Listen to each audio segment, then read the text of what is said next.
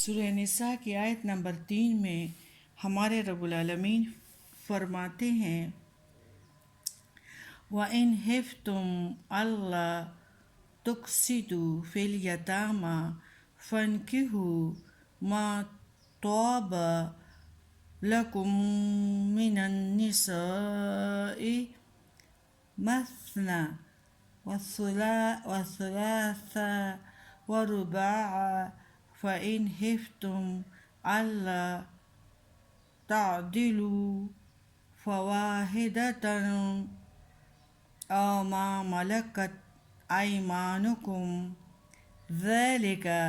أَدْنَىٰ أَلَّا تعولوا ترجمہ: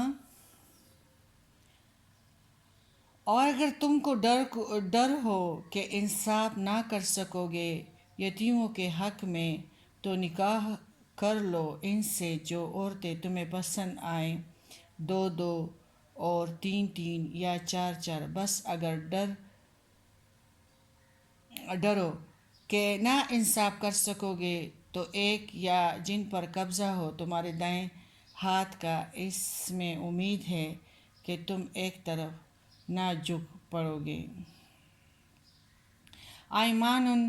یمین کی جمع ہے، یہاں اس سے مراد دائیں ہاتھ ہے۔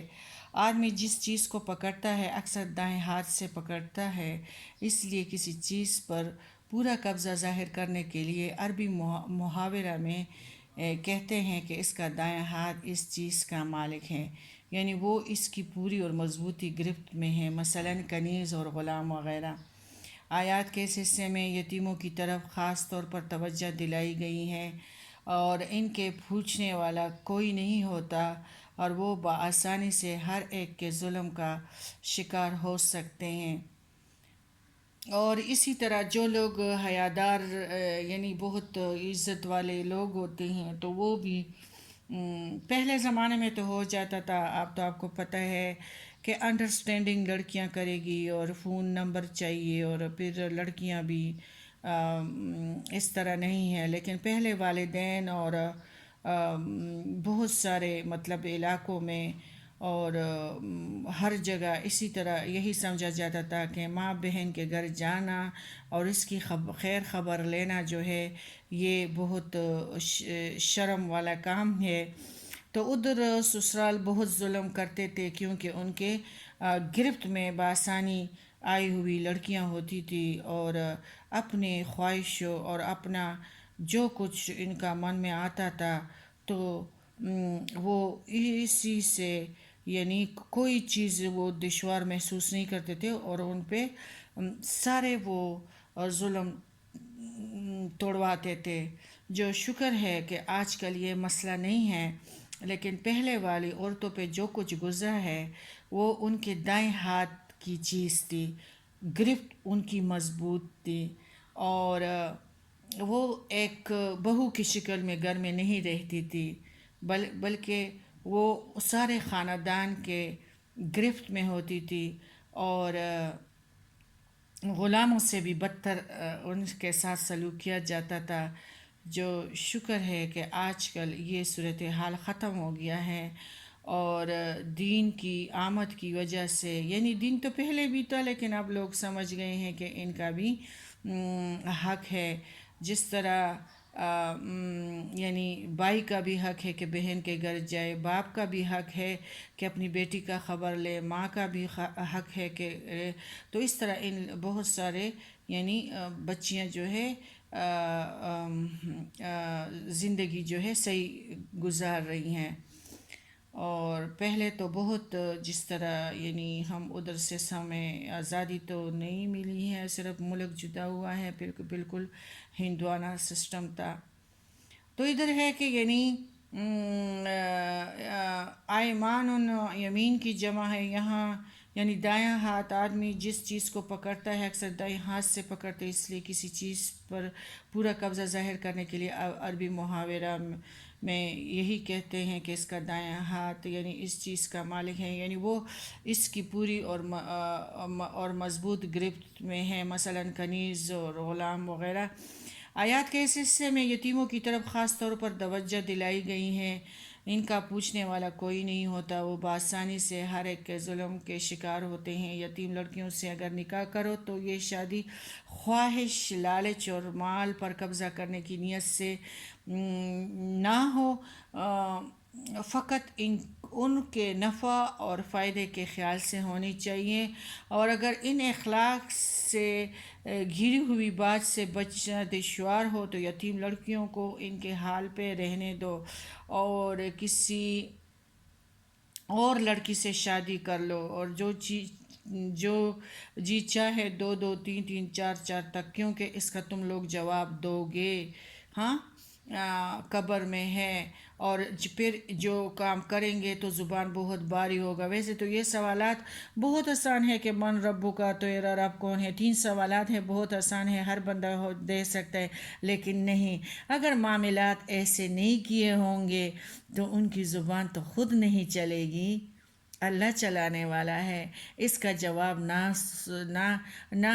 دے سکیں گے، زبان باری ہوگی، اس کا خیال ضرور رکھیے۔ قدموں کا چاپ جنازے کا والوں کا سنیں گے اور دھاڑیں گے کہ بندو تم مجھے چھوڑ کے جا رہے ہو، میں تو لاوے میں جا رہا ہوں، اسی جین میں جا رہا ہوں۔ تو اس لیے اللہ تعالیٰ نے ادھر منع کیا ہے کہ اگر تم لوگوں کو یعنی اخلاق سے گری ہوئی باتوں سے بچنا دشوار ہو تو ان کے حال پہ رہنے دو اور کسی اور عورتوں سے شادی کر لو، یعنی جب ادھر تم ذرا ان کی روب کی وجہ سے اس کا خیال رکھ سکو گے، اس کو نازوں پہ رکھ سکو گے، تو اور جی چاہے تو دو دو تین تین چار چار تک سے کر لو، لیکن اس صورت میں عدل کا بہت زیادہ خیال، قبر کے 3 سوالوں کا جواب جو ہے وہ تم لوگ، وہ بہت آسان ہے لیکن یہ اللہ تعالیٰ کی طرف سے دینا ہوگا، ایسے لوگ نہیں دے سکیں گے۔ اگر اس کا خیال ہے دل میں کہ ہم نے ادھر چند ساتھ گزرنا ہے، حیات اور ہے، زندگی اور ہے، تو اللہ تعالیٰ نے فرمایا ہے کہ پھر عدل کا بہت خیال رکھو۔ جو بچیاں اپنے گھروں میں لاتے ہو اور ان کو بہو بناتے ہو یا ان کو ایک مرد اپنی بیوی بناتی ہیں تو اس چیز کا بہت زیادہ، اس سوالات کا جواب دینے میں جب مشکل تم لوگوں کو پھر پڑے گی قبر میں، اور آسان تو بہت ہے لیکن ایسے بندے نہیں دے سکیں گے، تو پھر اس صورت میں عدل کا بہت زیادہ خیال تم لوگوں کو رکھنا چاہیے۔ اگر عدل نہ کر سکو گے تو پھر ایک ہی پر بس کرو، تمہارے ہاں کوئی کنیز ہو یا اس پر ہی صبر کرو، یہ انصاف کے زیادہ قریب ہے۔ اس آیات کے سلسلہ میں 2-3 باتوں کا خاص طور پر سمجھ لینا ضروری ہے۔ ایک تو یہ کہ یتیم بچیوں سے اگر عدم انصاف کا خطرہ ہو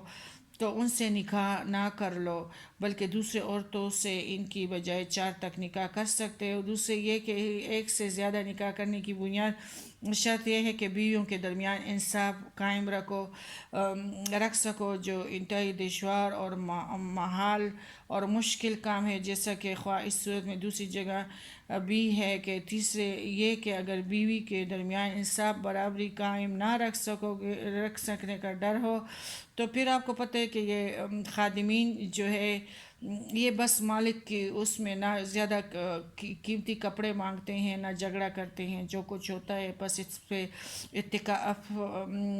اتفاق کرتے ہیں۔ تو اس کا یہ ہے کہ ایک سے زیادہ نکاح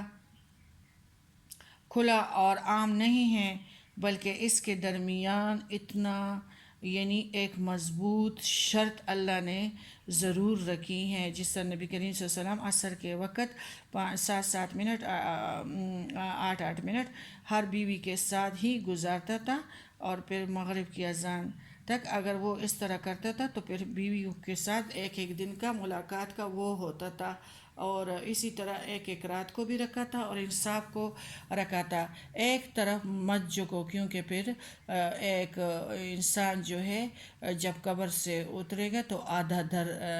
نکلے گا تو آدھا دھر والا نکلے گا۔ تو یہ ہے کہ ایسے بندے جہنمی ہیں، اور اس سوال کا 3 سوالوں کا بھی جواب جو ہے اس کا بھی خیال رکھیں۔ تو اس لیے کلم اجازت نہیں ہے. اگر ایک کو عزت دے سکتے ہو تو رکھو، اگر دو کو جس قیمت کے کپڑا اس کو دیتے ہو، جس طرح زندگی ایک کو دیتے ہو اسی طرح زندگی دوسری کو بھی دینا ہے. جس کو جتنا خرچہ ایک پہ کرتے ہو تو اتنا خرچہ اس پہ بھی آپ لوگوں نے کرنا ہے. اور یعنی جو کیا ہوتا ہے میٹیریل، جو کپڑا اور کھانا، یعنی جو ایک جیسا خوراک، ایک جیسا ٹائم، یہ اس چیز کو ضرور خیال میں ہم سب کو لانا چاہیے. پھر اگر نہیں کر سکتے تو اللہ نے فرمایا ہے کہ ایک پہ ہی صبر کرو.